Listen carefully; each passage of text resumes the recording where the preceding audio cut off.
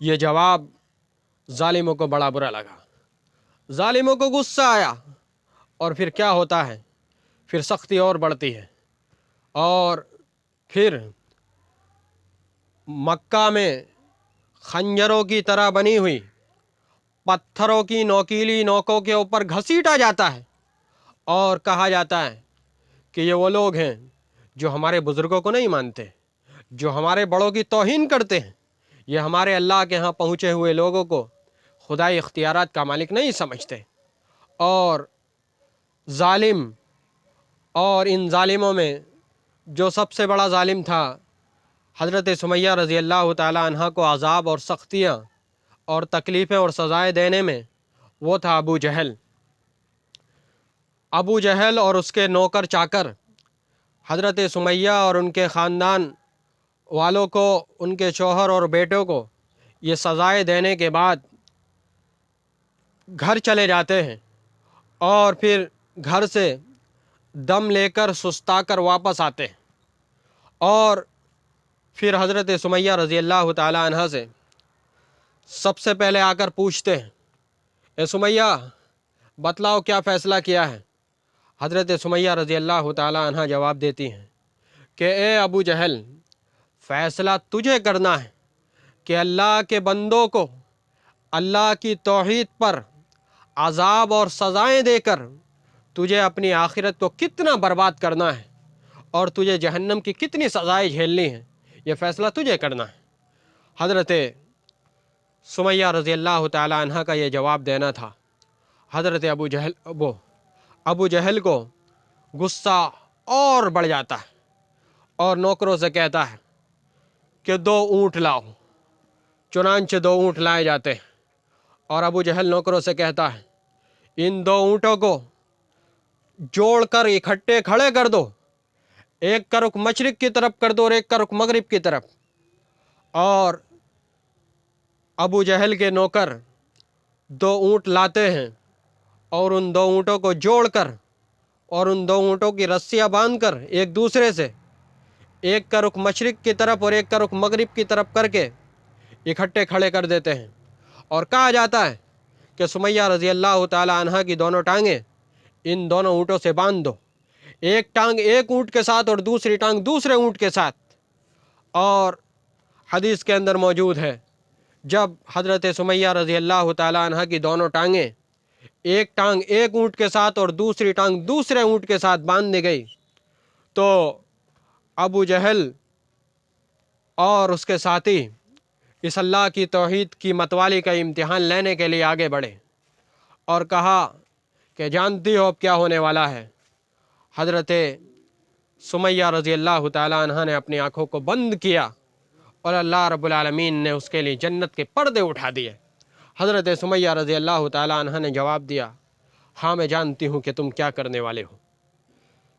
ابو جہل نے کہا، موقع ہے اب بھی پلٹ آؤ، فرصت توحید کو چھوڑ دو، وقت ہے باز آ جاؤ۔ لیکن اللہ کو جاننے والی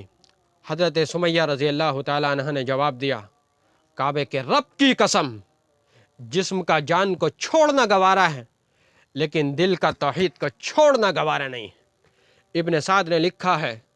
ابو جہل حضرت سمیہ رضی اللہ تعالیٰ عنہ کے اس جواب کے بعد غصے میں بھر گیا، غصے میں لال پیلا ہو گیا، اور دونوں نوکروں سے کہا، غصے میں بھر گیا، اور حضرت سمیہ رضی اللہ تعالیٰ عنہ کے نازک حصوں میں مارا، شرمگاہ میں کچوکے لگائے۔ حضرت سمیہ رضی اللہ تعالیٰ عنہ کی زبان سے چیخیں نکلی،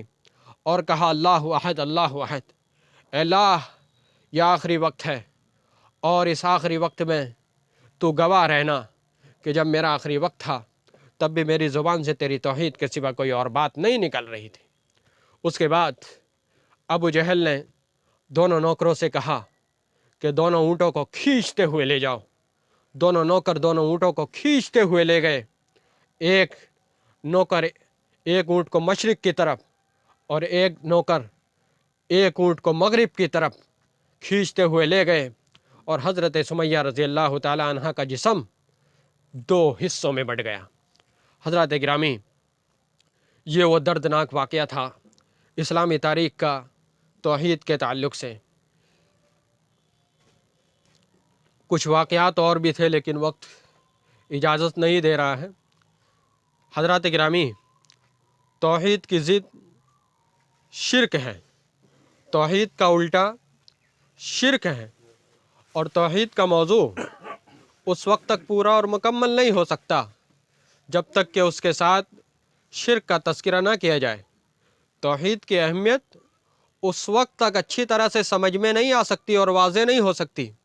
جب تک کہ اس کے ساتھ شرک کی خطرناکیوں اور خامیوں کو اور تباہ کاریوں کو بیان نہ کیا جائے۔ حضرات گرامی، یہ شرک کتنا خطرناک ہے۔ اللہ رب العالمین اپنے قرآن مجید کے اندر پارہ نمبر 5 اور صفحہ نمبر 5 کے اندر ارشاد فرماتا ہے، ان اللہ لا یغفر ان یشرک بہ ویغفر ما دون ذلک لمن یشاء ومن یشرک باللہ فقد افتری اثما عظیما، کہ میں اس شخص کو کبھی معاف نہیں کروں گا جو میرے ساتھ کسی کو شریک کرے، جو میرے ساتھ کسی کو شریک کرے، اس لیے کہ شرک یہ مجھ سے بغاوت ہے، یہ شرک میرے ساتھ اعلان جنگ ہے، شرک یہ میری خدائیت کو چیلنج ہے، اور جو میری خدائیت کو چیلنج کرے میں اس کو مسل کر رکھ دوں گا۔ وَيَغْفِرُ مَا دُونَ ذَلِكَ لِمَن يَشَاءُ، اور شرک کے علاوہ میں بندے کے کسی بھی گناہ کو معاف کر سکتا ہوں اگر میں چاہوں تو۔ اگر بندے نے نماز میں کوتاہی کی ہوگی، اگر میں چاہوں تو معاف کر سکتا ہوں۔ بندے نے اگر روزہ چھوڑ دیا ہوگا کسی مجبوری کے تحت، اگر میں چاہوں تو معاف کر سکتا ہوں۔ بندے پر زکوٰۃ فرض ہوگی، نہیں دی ہوگی، اگر میں چاہوں تو معاف کر سکتا ہوں۔ بندے پر استطاعت ہوگی حج کرنے کی لیکن نہیں کیا ہوگا، معاف کر سکتا ہوں۔ بندے نے اگر چوری کی ہوگی معاف کر سکتا ہوں، زناکاری کی ہوگی معاف کر سکتا ہوں، ڈکیتی کی ہوگی معاف کر سکتا ہوں، جوا، رشوت اور اس کے علاوہ اور چھوٹے اور بڑے گناہ کیے ہوں گے ان سب کو بھی معاف کر سکتا ہوں۔ لیکن شرک وہ گناہ ہے کہ اس کو میں کبھی معاف نہیں کر سکتا۔ وَمَن يُشْرِكْ بِاللَّهِ فَقَدِ افْتَرَىٰ اِثْمًا عَظِيمًا، جس نے اللہ کے ساتھ کسی کو شریک کر ڈالا اس نے اللہ رب العالمین پر بہت بڑا بہتان باندھ دیا، اس نے